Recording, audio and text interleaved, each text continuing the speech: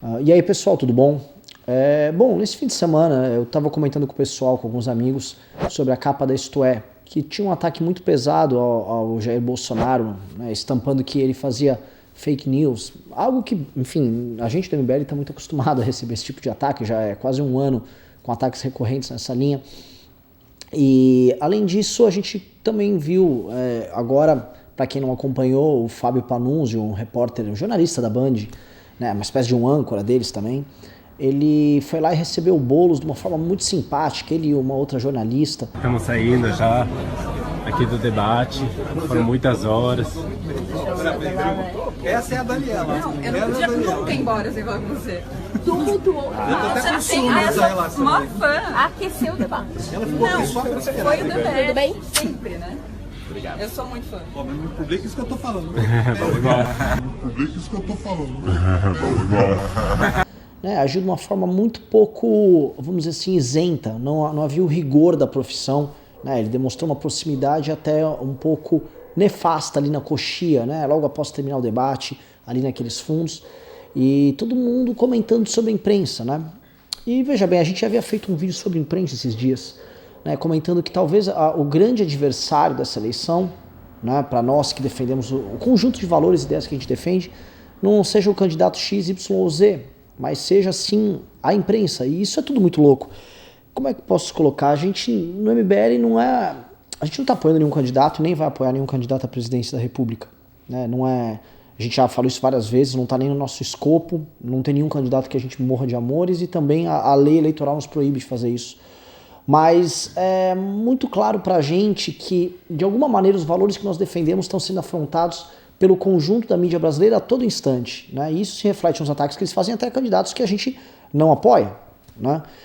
Isso também acontece também com integrantes do MBL que estão se candidatando a cargos para o legislativo, por exemplo. E isso faz parte da lógica do jogo, mas a gente não imaginava que a coisa ia ser tão assintosa, né? Enfim, a eleição americana teve isso, mas aqui no Brasil eles partem para um tipo de argumentação que ela, como é que eu posso colocar? Ela é tosca por si só, e ela não consegue. Se nos Estados Unidos a CNN e a mídia esquerdista, ela conseguiu de fato ter um poder de embate claro contra o outro lado, aqui a coisa está virando uma espécie de uma chacota, é uma grande piada. E essa piada fica muito estranha quando a gente percebe que os danos dos ataques que eles tentam causar ao lado de cá, eles já não são mais sentidos, né? Eu me lembro que em 2016, logo após o impeachment, eu pessoalmente sofri grandes ataques. Me colocaram na capa do UOL, falando que eu tinha dívidas trabalhistas e tal, né? Me deixaram na capa do UOL durante um dia inteiro. Era um dia de final do Campeonato Paulista, se eu não me engano. E o foco foi me colocar lá como uma espécie de uma vingancinha, né? O jornalista que havia feito a matéria, depois a gente foi descobrir, trabalhava no Instituto Lula. E ali eu meio que assim, eu perdi pessoalmente o cabaço de ser atacado, detonado, espezinhado, e era um medo que eu tinha, muito, muito grande. E aí você acorda no outro dia e você vê que tá tudo normal, né? Enfim, a vida segue. E aí outros ataques foram vindo, outros ataques foram vindo, outros ataques foram vindo, e cada vez menos isso nos afetava.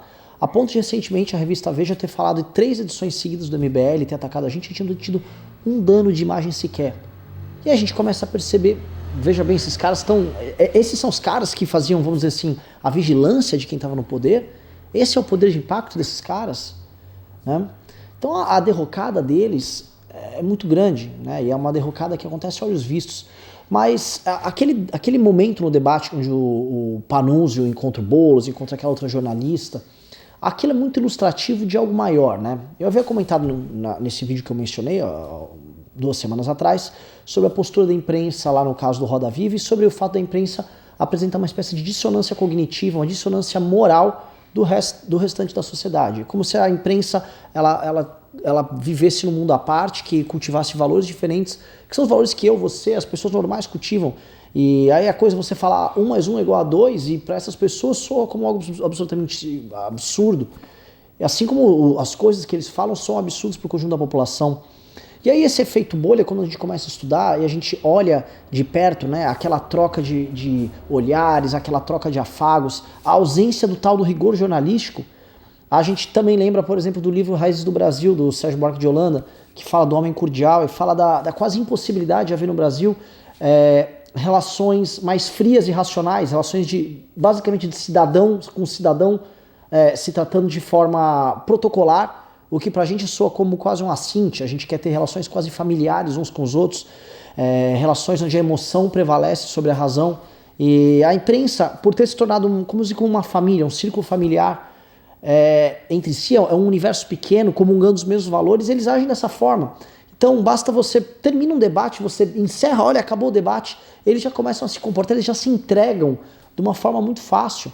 E essa entrega que eles têm, essas demonstrações de afeto, como por exemplo o Guilherme Boulos, que sob qualquer circunstância, aquele homem, ele tem um grupo que invade propriedade dos outros. Aquele homem não é um homem para ser levado a sério, nem por esquerdistas, vamos dizer assim, bem intencionados, né? Aquele homem é um absurdo ambulante, e ele é louvado, e eles se abraçam, e se riem, se agradecem mutuamente, né? Essa entrega que eles têm demonstra essa relação afetiva que eles têm num corpo muito pequeno. E é o mesmo tipo de relação afetiva de mexeu com um, mexeu com todos, que a gente viu quando, por exemplo, quando houve aquela questão da Marielle, né? Ninguém podia falar, eles canonizaram, né? A despeito de 99% da população que estava absolutamente se lixando para a Marielle. A Marielle não representa nada além de mais um dentre 63 mil brasileiros que morrem todo ano aqui no nosso país. O Brasil estava se lixando para ela, mas para eles, entre eles cultivavam aquela morte como a morte de uma santa e achavam que a gente tinha que participar daquele culto macabro. Só faltava a imprensa subir em cima do caixão dela e achavam que o Brasil tudo tinha que estar junto, né? E, enfim, a gente enxerga isso acontecendo, né? E essa relação, dessa moral estranha, esse afeto que eles têm, quando nós também confrontamos eles na época do Queer Museu, né, foi tudo, enfim, eles falam assim, ó, de você está guardado. Eles ficaram muito putos de terem impedido aquele debate, em especial o Grupo Globo. Existe um espírito de corpo entre eles muito grande, que vai muito além daquela Abrage, que é a associação, espécie de associação sindical de jornalistas. É uma relação afetiva que eles têm entre eles. E essa relação, ela obviamente ela é coberta, né, ela é preenchida também por um conteúdo moral, político, ideológico, que, enfim, ficou muito fechado, e nessa bolha aqui, que não tem mais participação na realidade, que é a realidade que a gente vive, talvez a expressão mais forte desse deslocamento é a acusação, é o acusar o outro de fake news. É como se o fake news fosse a justificativa que eles tivessem para o insucesso de comunicação deles com o resto da sociedade. Ao não conseguirem transferir esses valores deles para o restante da sociedade, e ao verem novos atores surgindo que são capazes de fazer isso, ao invés de lidar com isso, ao invés de tentar debater com o outro, né? Ao invés de tratar o outro como ei, você existe, eu quero encarar sua forma de ver o mundo, eles basicamente taxam esse outro como um produtor de notícias falsas. E essa incompreensão do outro e essa negativa do próprio fracasso é o que faz com que eles se isolem mais e mais e mais nessa bolha. O que a gente vê cada vez mais é isso, são tentativas absurdas e bizarras de fazerem ataques que quanto mais eles fazem, mais eles se isolam, mais eles se tornam caricatos, né? O Fábio Panunzio, após ter feito essa participação, até aquele vídeo ter vazado dele lá no debate, ele foi lá atacar os bolsominions lá na página dele e chamou uma mulher de vaca, né? Então, esse deslocamento, essa incapacidade de lidar com o outro, né? Aí eu volto pro Raízes do Brasil. Nesse livro, Raízes do Brasil, eles descrevem essa questão que ninguém, né? É um culto à personalidade que tem aqui. E a pessoa normal, o homem comum, o homem que não é ilustre, o homem que não tem contatos, que não tem bons amigos, ele não é ninguém. E de certa forma eles tratam o resto do Brasil, eles tratam todos nós como um bando de Zé Ninguéms, que não tem direito a ter opinião, né? Eles por terem contatos, eles por terem proximidade do poder, eles por serem agentes próximos do poder, eles sim, nesse círculo encantado, eles são vários, eles são os capitães de engenho dos tempos atuais.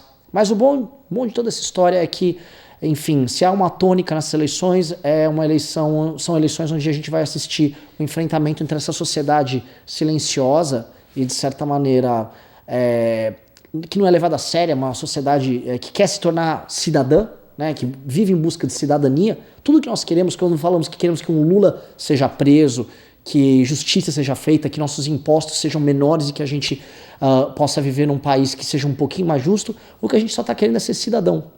E essas pessoas não nos tratam como cidadão. Essas pessoas o tempo todo nos tratam como um bando de idiotas, né? Vamos ver até o fim das eleições o que eles vão fazer.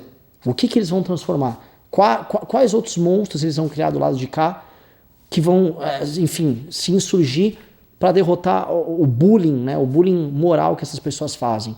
o que o Panunzio fez ali é só a ponta do iceberg de algo maior. E é muito bom a gente compreender isso. É isso aí, galera. Esse foi o recado que eu queria dar. Vão sair outros vídeos falando da imprensa. E é um comentário bem pessoal. Desculpa fazer assim do nada, que aconteceu agora no fim de semana e era bacana comentar. É isso aí, valeu. Inscreva-se no nosso canal youtube.com/mblivre.